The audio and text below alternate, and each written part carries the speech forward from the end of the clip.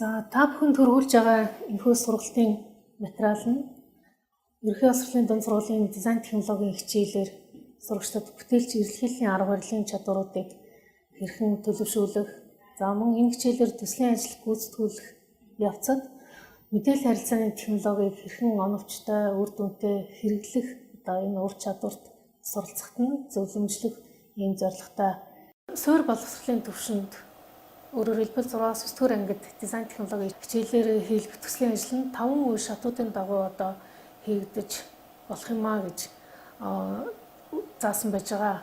За энэ нэгдүгээрт нь асуудал болон хэрэгцээг тодорхойлох, хоёрдугаарт нь мэдээлэл цуглуулах, судалгаа хийх, гуравдугаарт нь дизайны шин санаа шийдэл гаргах, дөрөвдүгээрт нь бүтээх, турших, тавдугаарт нь үнэлэх, үр дүнгээ танилцуулах гэсэн ийм одоо 5 үе шатаар хэрэгжинэ гэж үзсэн.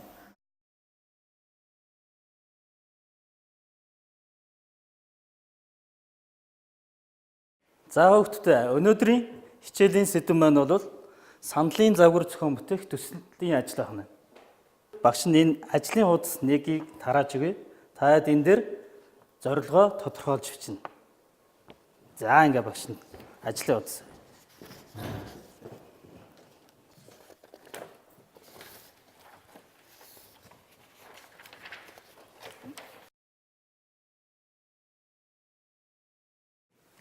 Нэгт гоо зүйн шаардлага. Гоо зүйн шаардлага. Гоо зүйн шаардлага. Хоёр дэвлээ. Технологийн шаардлага. Гоо зүй. За зорилгоо тодорхойлж байна хүүхдтэй. Тодорхойлж байна шаардлага. За супона. Хямд үнээр илүү сайн чанартай. Зөвлөлт байх Хэмжээ. гарын доор.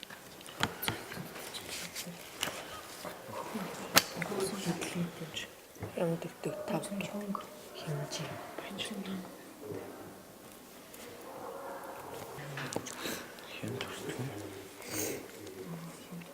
Юу? Мэдэн чанарын томьёо хэлбэрүүд гэж байна. Тухай. Юу? Нэг 5 тухайг хангах. 5 тухайг хангах.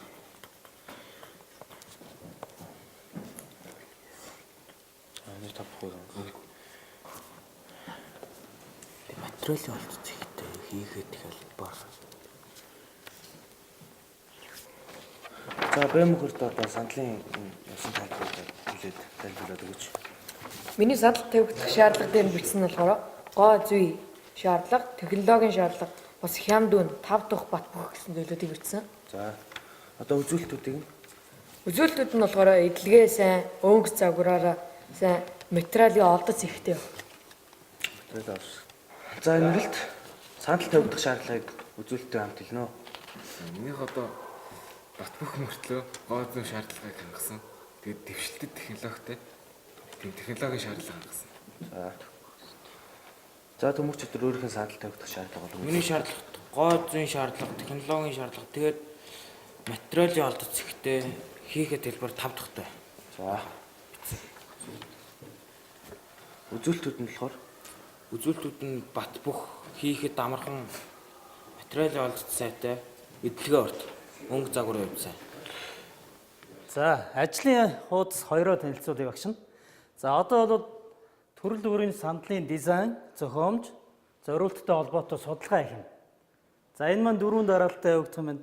Нэгдүгээр хүрээлэн буй орчиндөө үзэж харсан сандлын зохиомж, дизайнаа багуу тайлбарланаа гэж. За хоёрт нь интернетийн мэдээлэлтэй ажиллах. Гуравт нь сандалтай холбоотой сурах бичиг, зураг мэдээлэлтэй ярилцсан. За ингээд дөрөвт нь буюу сандлын зориултыг гаргаж ирэх юм байна. За ингээд багш нь ажлын удсыг тарааж гээ. Одоо бөөндө интернетийн орчнод тэгээд сандлын зорилгыг гаргах юм байна. Юу болох вэ? чээр дизайн Чээр дизайн.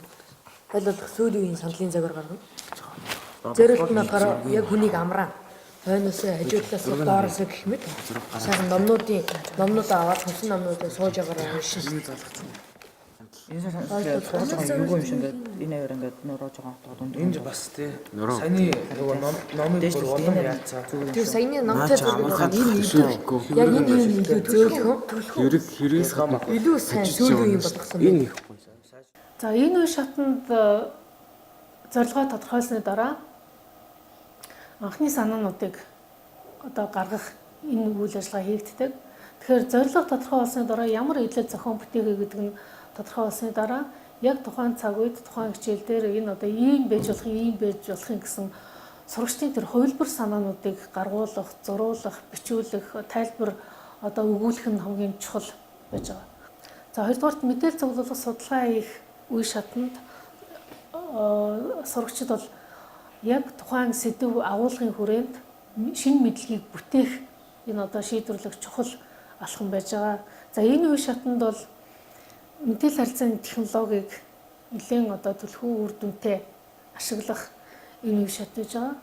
Яг дээшлэж chair design гэдэг дээр ажилласан бас Модерн бас одоо хамгийн дээшлүүлээд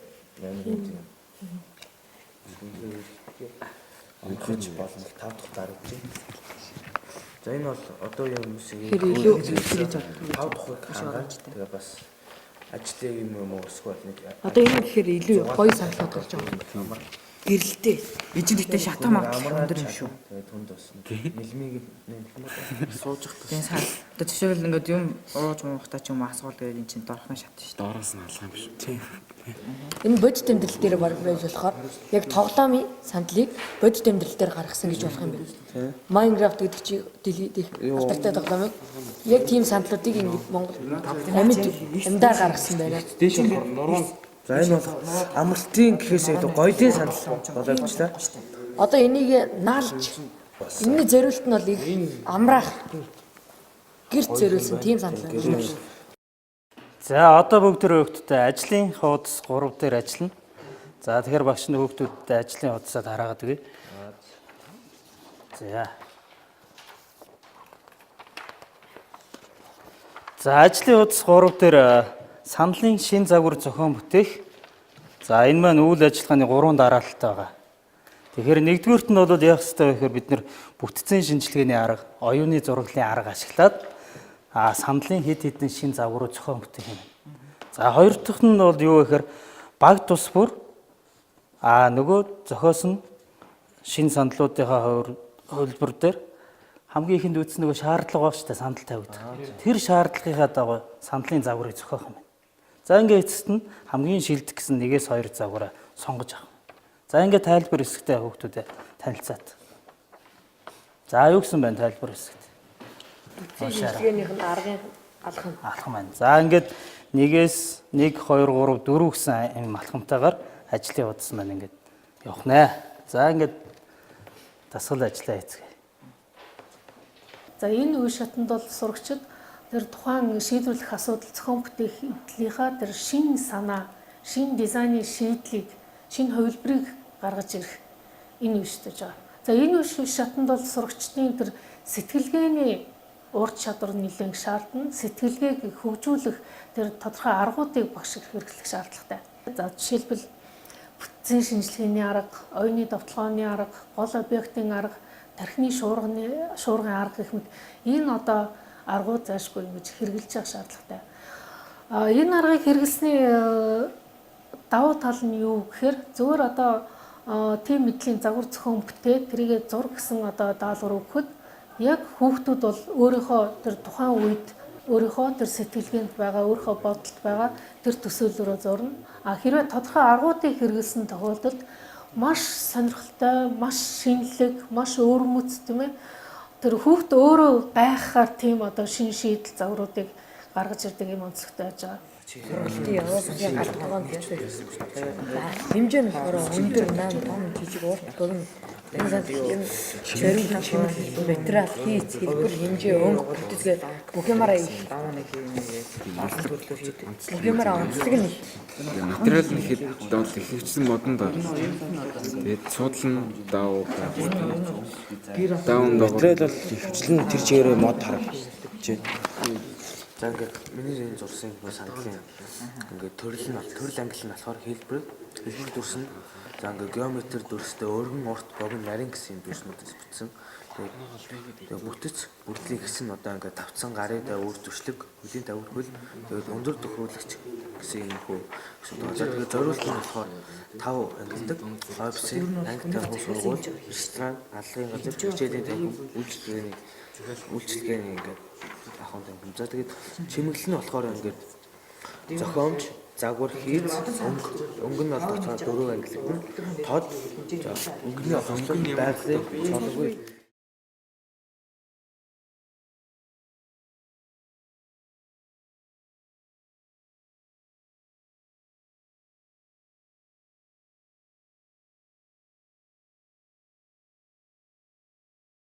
За энэ дээр бол бидний одоо зураг зүйн мэдлэг ур чадвар бол энэ дээр гарч ирнэ.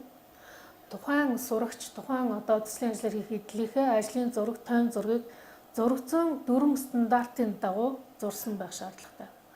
Багш одоо яг энэ үе шатанд гүйцэтгсэн даалгаврыг үнэлэхдээ зураг зүйн дүрм стандартын дагуу зурсан эсэх гэдэг нэлээд одоо өндөр оноо харгалзуулж тавьж ингэж өндөр шаардлага тавьж ингэж зурулах шаардлагатай байгаа. Тэгэхээр дизайн технологийн хичээлээр бол нэг жилд нэг ангид бол 4-5 төслийн ажил хийж гүйцэтгэх нь тэр бүртээ тухайн эдлэлийнхаа ажлын зургийг зураг зүйн дүрм стандартын дагуу зурж байж нөгөө зураг зүйн мэдлэг ур чадвар чинь хэрэглэн дээрээ ингэж хэрэгжих юм шүү гэдгийг маш сайн анхаарах шаардлагатай. За одоо хичээлийн төгсгөл хэсгэлд бол бид нэр өнөөдрийнхөө багаараа хийсэн үйл ажиллагаагаа слайд хэлбэрээр бэлдэх юм байна. За тэгэхээр багш нь энэ ажлын хуудас дүрийг одоо танаас өгье. За энэ ажлын хуудас дээр бол 3 дараалал байгаа.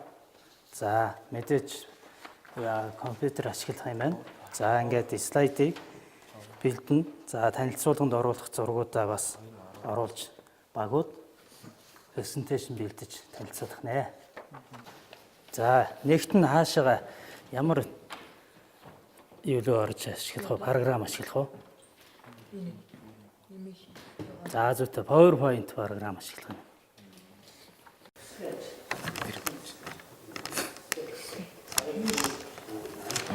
Танах ямар төсөл ажиллаж.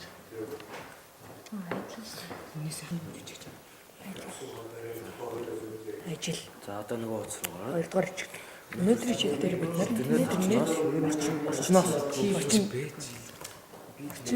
орчин юу гэж сандлын дэвшилтэд заавал Янглын биш сандлын. Зөвхөн дэвшилтэд технологи бүтсэн сандлын.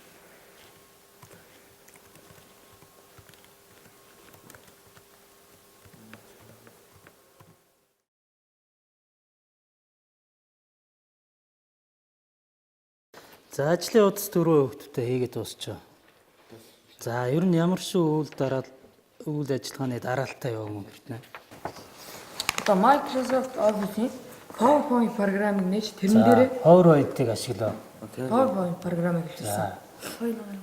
За дараа ямар үйл ажиллагаа явуулдаг? Тэгээ бид нэр яг энэ нэгдүгээр зураг дээр нэгдүгээр слайд дээр нь болохоор санал зохион бүтээх төслийн ажил гэдэг гарчгаад байна. Хоёрдугаар слайд дээр гэх юм бол өнөөдрийн хичээл дээр бид нар интернет орчинд сандлын дэвшилтэд загвар зохион бүтээх аргыг мэдэж авсан.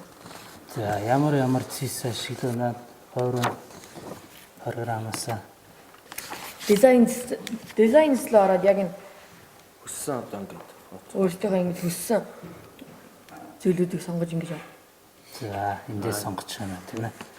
За Яг 3 дугаар слайдын дээр болохоор бид нар яг бидний сонгож авсан санал гээд яг сүүлийн дэвшилтэд технологиор хийсэн юм сандлын зураг тавьсан.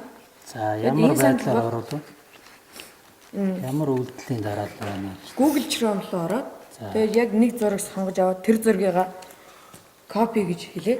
Copy гэдэг командыг ашиглаад тэгээд яг энэ лүгөө ороод Ctrl V гэдэг буюу paste гэсээр дараад тэгээд энэ зургийг энэ чинь оруулсан. Энэ санал нь болохоор орчин үеийн дэвшилтэд технологиор бүтсэн санал нь. одоо багийн гişүүд. За ер нь тэгээд энэ хичээлийн төгсгөлд ийм компьютер ашиглаад хичээлээ төгсгөлийг ингэж хийх нь хичээлд та нарт ямар санагдав? Илүү сонирхолтой. Дээрэс нь мэдээллийн орчин яг энэ PowerPoint-ыг илүү сайн мэдэж ашиглах аргыг. За ингээ өнөөдрийн бидний хичээл бол мэдээлэл харилцааны технологи ашиглаад хичээлээ явууллаа. Бид нэр интернетээс мэдээлэл судлаа. Тэндээс мэдээллийг бусдад дамжууллаа. За ингээ төгсгөлд нь мэдсэн сурсан юм бүр захим хэлбэрээр ингээд бэлтгээд дуусч байна. За ингээ өнөөдрийн хичээлд амжилттай орсон хүмүүстээ баярлалаа. Амжилт хүсье.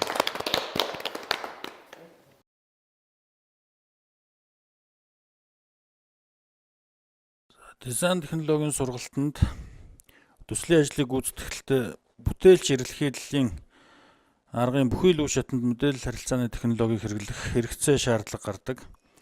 За энд бид хэрэглэхэд хамгийн хялбар SketchUp программыг довч танилцуулах болно. SketchUp нь эдлэлийн зургийг 3 хэмжээстэй гаргах зориулалттай програм юм. Ерөнхий боловсролын сургуулийн 10-аас 12 дугаар ангийн сурах хүчигт SketchUp программын талаар цуврал байдлаар оруулсан байгаа. За мэдээлэл харилцааны технологиг дизайн технологийн сургалтанд хэрэглэх зөвлөмжөнд орсон сандал зохион бүтээх гэсэн сэдвтэй уялдуулаад сандлын зураг гаргах ажлыг харуулъя. За дэгшүнцэх зурах хэрэгслийг сонгоод энэ дэгшүнслэх хавтгай дүрсээ зурна. За дэлгэцийн доод хэсэгт бол хэмжээг оруулж өгч болно. Зурж байгаа дүрсийн хэмжээг оруулж өгч болно. За хавтгай дүрсээ зурсны дараа 3 хэмжээс зурах хэрэгслийг сонгож 3 хэмжээстэй болгож зурнаа. За 3 хэмжээст болохдоо мөн дэлгэцийн доод хэсэгт өндрийн хэмжээг оруулж өгч болно. За сандлын хөлний хэсгийг гаргахын тулд зурсан дэгшүнцэгтээрээ сандлын хөл байх хэсгийн дундлыг дэгшүнцэгтээр зурж үзүүлнэ. За энийг 3 хэмжээс зурах хэрэгслээ сонгоод нэвт нөхөлж харуулнаа.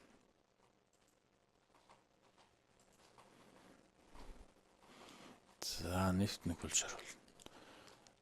За энийг эргүүлж тойруулж үзэж болно. За нэвт нөхлөхэд тэр цаад өнгө өөрчлөгдөхөөр нэвт нөхлөгдсөн гэдэг нь мэдэгдэнэ гэсэн үг. За сандлын нөгөө хөлний нөгөө хэсгийг гаргахын тулд дэгшүнцэгтөө дахин сонгож 3 хэмжээс сонгож нэвт нүх гаргаад сандлын хөлний хэсгийг гаргаж байгаа. За яг саяны үйлдэлийг давтаж дэгшүнцэх зурах хэрэгсэл болон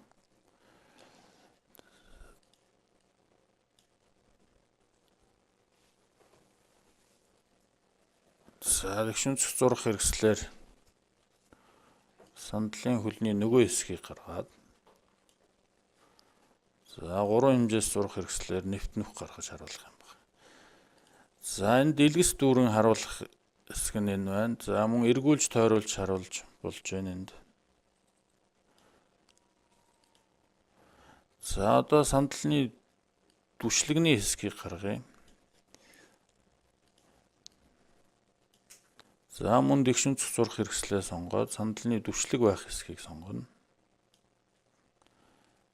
За 3 хэмжээс зурах хэрэгслээ сандлын түшлэг өндрийн хэмжээгээр нь тохируулна. За энэ өндрийн хэмжээг бас энэ дэлгэцэнд энэ доор хэмжээ шууд өгч болно.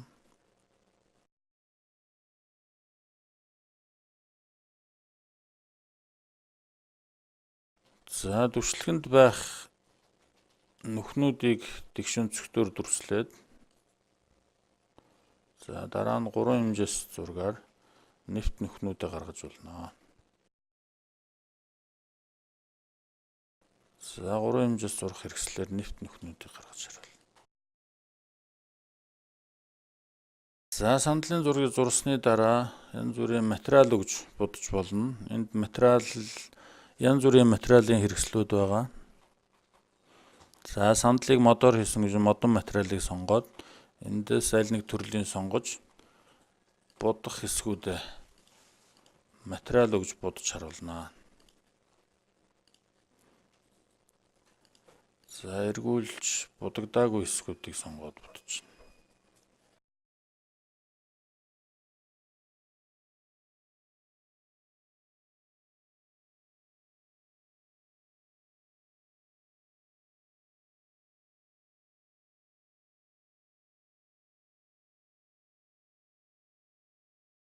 За ингээд сандлын зургийг зурж дууссан байна. За энэ сүүдэр гэж бас харуулж болно.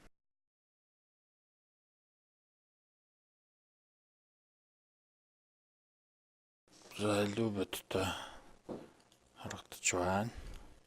Сүүдэр гэж харуулхад.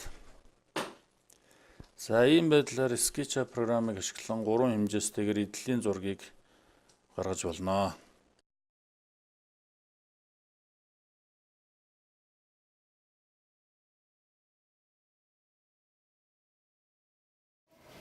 За хүүхдүүдээ энэ юу вэ? За самбарын альчуур юм бэ. Та нар юу гэж бодож байна? Хараад ямар сэтгэл төрж байна хүүхдүүдээ? За бохир байна. Урагцсан байна. Шаардлага хангаж гин үү? За шаардлага хангахгүй байна. За тэгвэл бүгдээрээ самбарын альчуурны талаар толгоонд орж ирж байгаа бүх санаагаа жигсаан бичнэ. За бүгдээрээ ажлын хуудасаа хийцгээе.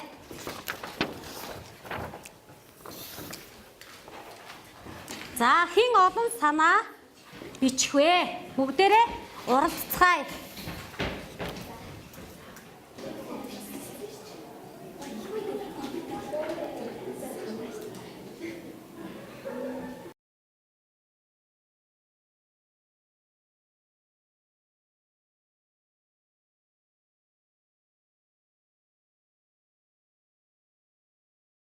Тэгээ шаардлага хангасан, шаардлага хангаагүй цэцэг шиг хэлбэртэй. А бас самбарын альчуур гоё өнөртөл илүүтэй байвал бүр гоё харагдана. Тэгээ зарим нь муухай нэр шаардлага хангасан байв. Хамгийн гол багшийн гарт тавьсан зөөлөн. Зөөлөн. Тэгээд устаадаггүй. Устаадаг. Багшийн гарт тохирсон зөөлөн.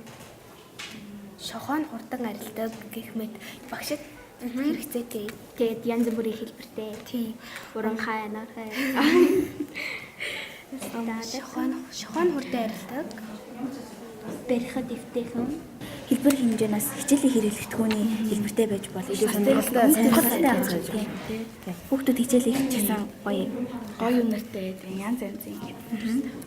Сайн дуртай. Гол нь самбарыг арчаад загалтуулахгүй байх нь хамгийн гол шаардлага шүү дээ. Багш нар угаасаа тэгж. За хэдэн санаа гаргасан бэ хүүхдүүдээ? Тоогоо дээрээ. За инх жаргалын санаа хамгийн их болохоор за бусдаа танилцуулъя уншия. Минийх гоё үнэртэй, дөрвөлжин оосортой, өнгөнгийн ус сайн даадаг, шохоо урдаа арилгадаг, шаардлага хангасан, шаардлага хангаагүй, зөөлөн барихад эвтэйхэн, ширүү илгэн. За зүгтээ. Та нар санаа нэг байлж гинөө? За самбарын альчуурыг яаж ойж болох вэ? Юу гэж бодож байна? Тий, ойж. За гар ойдлын төрлөөр ойж болох юм байна, тийм үү? За ямар төрөл ойж болох вэ? Ойдлоод. За. Бүгдээрээ тэгвэл гар ойдлын төрлүүдээрээ бүгдээрээ самбарын альчуур хийцгээе. Болох уу? За самбарын альчуур хамгийн их хэрэглэдэг хүн хэн блэ хүүхдүүдээ? Багш нар. За тэгвэл багш нараасаа судалгаа авах уу?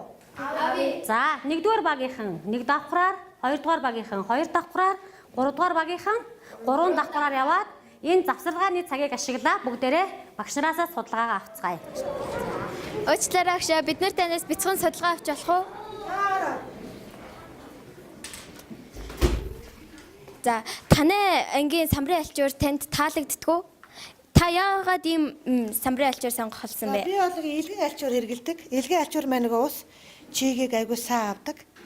Тийм болохоор одоо илгэн альчуур бол манай анги бол ихвчлэн хэрэглэдэг байгаа.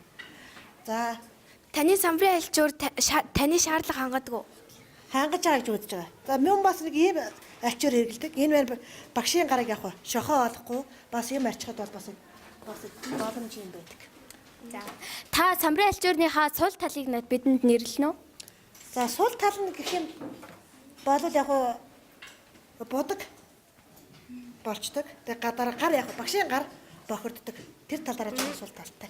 Тэгвэл та давуу талыг нэрлэнэ үү? Давуу тал бол энэ юу гэж усны чийг сайн авна.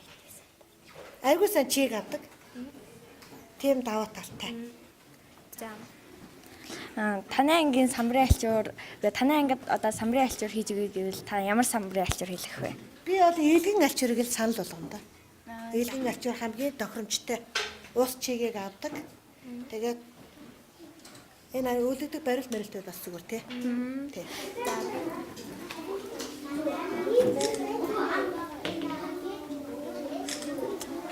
За бидэнд бяцхан судалгаа өгсөн танд баярлалаа. Баярлалаа. Баяртай. Баярлалаа. Бүгдээрээ судалгаагаа аваад ирлээ. Амжилттай юу хүмүүдээ? Амжилттай. За, одоо судалгаагуудаа бүгдээрээ сайхан нэгтгээд энэ дээр дүгнэлтээ гаргаарай. Манайх 250 дугаар таатын ангид орсон шүү. Тий. Тэр чинь бага анги болов уу? Бага анги байсан байна. Бага анги мөнх цэцэг агш гэсэн. Ямар альчууртай байлаа? Ямар хэлбэр зүгээр дөрвөлжин хэлбэртэй байсан. Тийм шүү дээ. Зүгээр тэр дөрвөлжин. Ингийн оосэр маасэр байгаагүй те аюу сонио. Дөрвөлжин хэлбэртэй. Илгэн альчуур байсан. Илгэн альчуур байсан. Тэр айгуу гоё таалагдсан шүү дээ надаа. Тийм. Тэгээд загварын онцлог шинэлэг тал нь болохоор юу сайн байдаг байгаагүй шүү дээ. Загварын онцлог тийм юм байхгүй. Тэр чинь зүгээр саарл өнгөтэй жоохон будаг болсон тийм илгэн будаг болсон байсан. Тийм. Тэр нь айгуу. Тийм. Сайн л да. Бас ямар нэмэлт бүрдэл хэсэгтэй байв вэ? Бүрдэл хэсэг байгаагүй. Юусэн байгаагүй. Оос айгуу байхгүйсэн. Оос хүртэл байгаагүйсэн. Яаж чимгэлсэн байв вэ?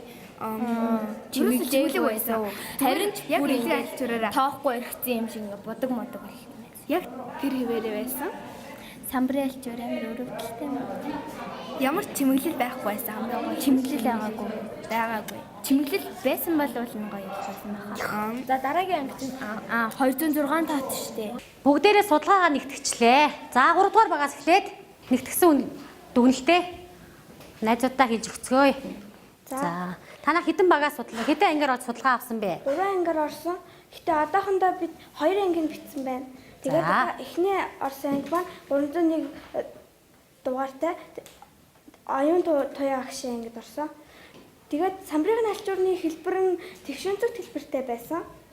Тэгээд өнгөлөг даавуу материалаар самбарын альчуурыг хийсэн байсан. За. Чимэглэг загвар онцлог тал нь болохоор чимэглэн байсан. За. Бүгдээрээ судалгаагаа авсан байна тийм үү?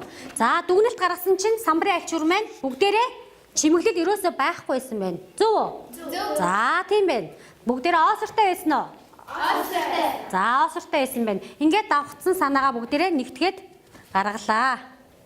За бүгдээрээ тэгш үнцэгт хэлбэртэй ус чийг сайн даадаг давуу материалаар хийсэн байхсан байна. Тийм үү? За зүйтэй. Судалгаанаасаа үндэслээд самбарын альчуурныхаа шаардлагыг хэлэх гаргацгаая. За хэрэглэгч маань хэн блэ? Самбарын альчуурын хэрэглэгч маань багш нар. За технологи шаардлага нь ямар байх вэ хүүхдүүд ээ? Бүх материалтай.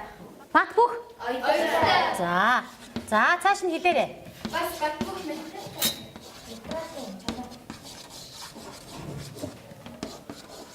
За гар оёдлоор мөн үү?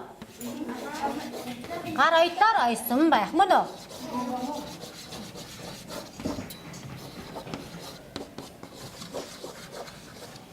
За хэрэглээний шаардлага нь юу вэ хүүхдүүд ээ? За хэрэглээний шаардлага. Хэрэглээний шаардлага? Үлгүүртэй. Үлгүүртэй байх. За өөр юу вэ? За. Усчиг сайн шиг зүйтэй сайн байна. За бүгдээрээ саалгуудаа маш сайн гаргасан байна. За бүгдээрээ самбарын альчуурныхаа шаардлагыг гаргачлаа. Одоо өөрсдийнхөө шаардлагад нийцсэн самбарын альчуурны дизайны шин санаа шийдлийг гаргацгаая.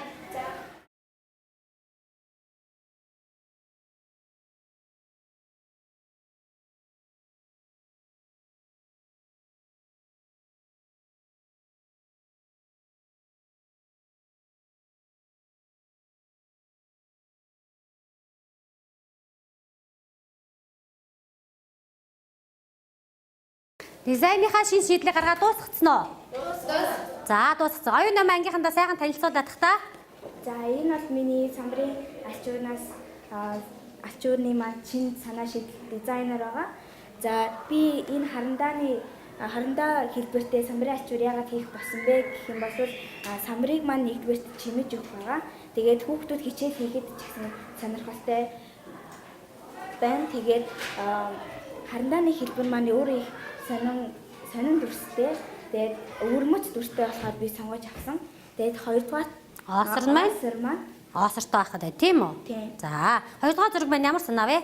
Хоёрдугаар зураг маань гүзээл зэгний санаагаа анги танхин бас энэ өнгө чимэж өгөх ба жимсэгнийг харуулж өөрөө онцлогтой байгаа. Тэгээд энэ дээрээ бас багцаатайгаа. За, амьд байгалыг төрүүлж ин тийм үү? Тийм сэтгэл төрж ийн хүүхдүүдээ. За, сайн байна. Гоё чадах уу энийгээ? Чадна. За, самбарын альчуураа хийгээд багштай бэлгэлье заа ёо. За, миний ихний зургаар цэцэг, самбарыг цэцэг бол маш сайхан үзэмжтэй болгож чимэн. Тэгээд оосор ногоонхтэй навчнаасаа ялгагдахгүй маш гоё харагдана. Харин энэ нь Монгол гэрийг дээрээс нь үзүүлсэн байгаа. Оо, ямар хөөрхөн юм бэ хүүхдүүдээ хараараа. Монгол гэрийг гаргасан байж тээ. Ийм хөөрхөн санаа гаргасан байна. За. Тэгээд тооноос нь уяаг нь хийж өгөөд уяаг нь үлгэнгүүд ингээд яг Монгол гэр зүүцсэн юм шиг яг хэлбэртэй харагдах. Оо, зүйтэй. Ямар гоё юм бэ? Энийг хийж чадах уу? Чадна. За, сайн байна. Энийгээ гоё самбарын альчуур хийгээд багштай бэлэг болгож өгөөрэй хүүхдүүдээ.